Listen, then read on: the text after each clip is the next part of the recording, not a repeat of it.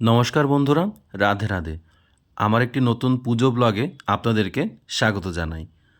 অক্ষয় তৃতীয়ার পুজোয় আমাদের নার্সিংহোমে যেখানে আমি কাজ করি সেখানে দেখুন খুব সুন্দরভাবে কিন্তু গণেশ পুজো হয়েছিল। তো এই প্রথম শুরু এই আমাদের গেট থেকে বেরিয়ে এখানেই মণ্ডপটা সাজানো হয়েছিল, কারণ এখানেই ঠাকুরটা রাখা হয়। এবার মণ্ডপটা রেডি করা হচ্ছে আর এখানে দেখুন ফুল মালা গাঁথছেন। কিন্তু মালা গাঁথা হচ্ছে।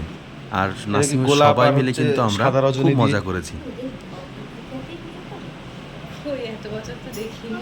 কেন করে তো ম্যাডামের বাড়িতে করে না?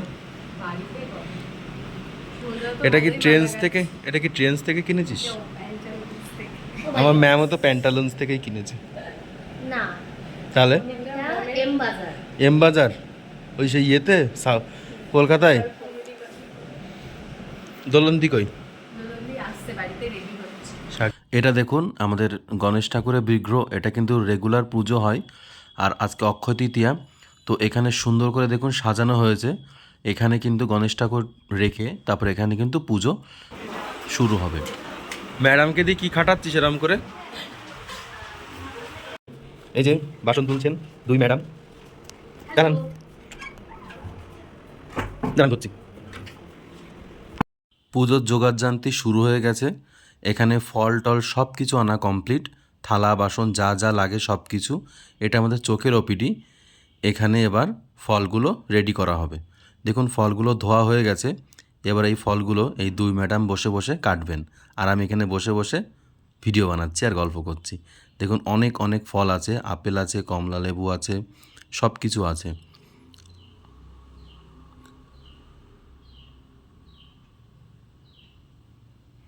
দেখুন ফলগুলো কিন্তু অনেকটাই কাটা হয়ে গেছে। এখানে চাল ভেজানো আছে, ভুজি রাখা আছে, আর প্রায় কমপ্লিট। এটা সাজানো হয়ে গেলে তরমুজটা কাটা হলে এটা শেষ হবে। তারপরে এই ফল প্রসাদটা আমি ঠাকুরের ওখানে রেখে আসব। দেখুন কাটা একদম কমপ্লিট, কতটা সুন্দর লাগছে। ফলের থালাটা বেশ দারুণ লাগছে। এবার এই ফলটা রেখে আসার পালা। এই ফলের ডালাটা আমি এবার ঠাকুরের সামনে রেখে আসব। তো এই যে ঠাকুরটা বেদিতে তোলা হয়ে গেছে, তুলে এবার ফলটা এখানে রাখলাম। দেখুন কতটা সুন্দর দেখতে লাগছে, সাজানোটা জাস্ট অসাধারণ হয়েছে। এবার এই দুই ম্যাডাম বসে বসে এখানে যাবতীয় যা যা গোছানো সব কিছু করছে। কোথায় যাবো?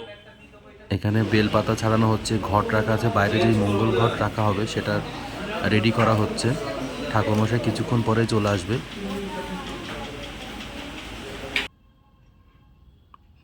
দেখুন ঠাকুরটা কতটা দারুণ লাগছে, আর চারিদিক দিয়ে লাইট দিয়েছে তো আরও অসম্ভব সুন্দর লাগছে। এবার আমাদের বড় ম্যাম, ইনি আমাদের গুরুজন ব্যক্তি, তিনি ঠাকুরের গলায় মালাটা পরিয়ে দিচ্ছেন। দেখুন মালাটা পরানোর পরে আমাদের গণেশ ঠাকুরকে কতটা সুন্দর লাগছে। আর প্রায় জোগাড়যন্ত্র প্রায় কমপ্লিট হয়ে এসছে। এবার ঠাকুরমশাই আসার পালা। ঠাকুরমশাই আসলে পুজোটা শুরু হয়ে যাবে। তো ঠাকুরমশাই চলে এসেছেন। সবার আগে যে খাতাটা লেখা হয় লাল পেন দিয়ে, উনি খাতাটা লিখছেন। লেখা হয়ে গেলে উনি যাবতীয় ওনার যা যা রেডি করার আছে, তীরকাঠি গামছা দেওয়া, সেগুলো সব কমপ্লিট করে নিয়ে পুজোয় বসবেন। তো উনি রেডি করছেন। আমি রাস্তার থেকে ভিতরে ঢুকিয়ে দেখিয়ে দিচ্ছি যে কেমন লাগছে। এটা ইনস্ট্যান্স।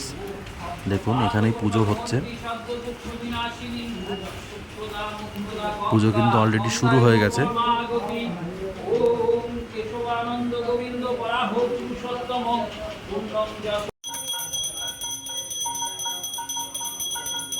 শঙ্খ বাজা তিতলি, শঙ্খটা দে।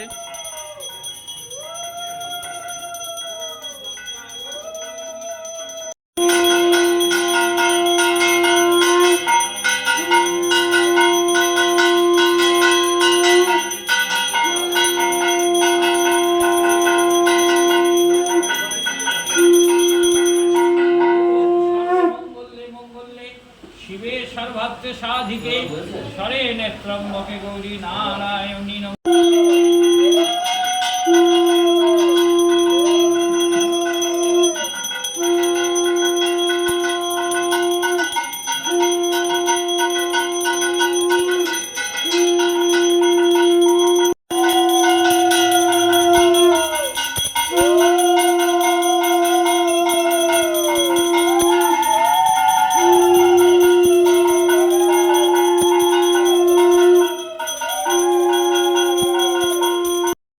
আমাদের গণেশ পুজো কিন্তু সম্পন্ন হয়ে গেছে।